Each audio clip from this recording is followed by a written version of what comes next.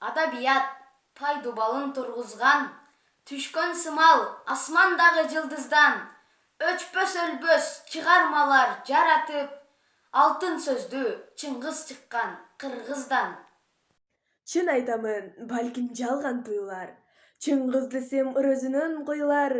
Окшош турсам мен Чыңгызды тоолорго, ор койгонто улам көзгө урунар. Чыңгыз Төреғулович Айтматов 1928 жылы 12 декабрда азыркы Кыргыз Республикасынын Талас облусунун Кара-Бура районундагы Шекер айылында мамлекеттик кызматкердин үй-бүлөсүндө төрөлгөн. Чоң атасы Айтмат Кыргыздын Кытай уруусунан чыккан бай кишинин уулу болгон. Атасы Төреғул Айтматов 1927 жылдан тартып 1932 жылга чейин большевиктер партиясында иштеген.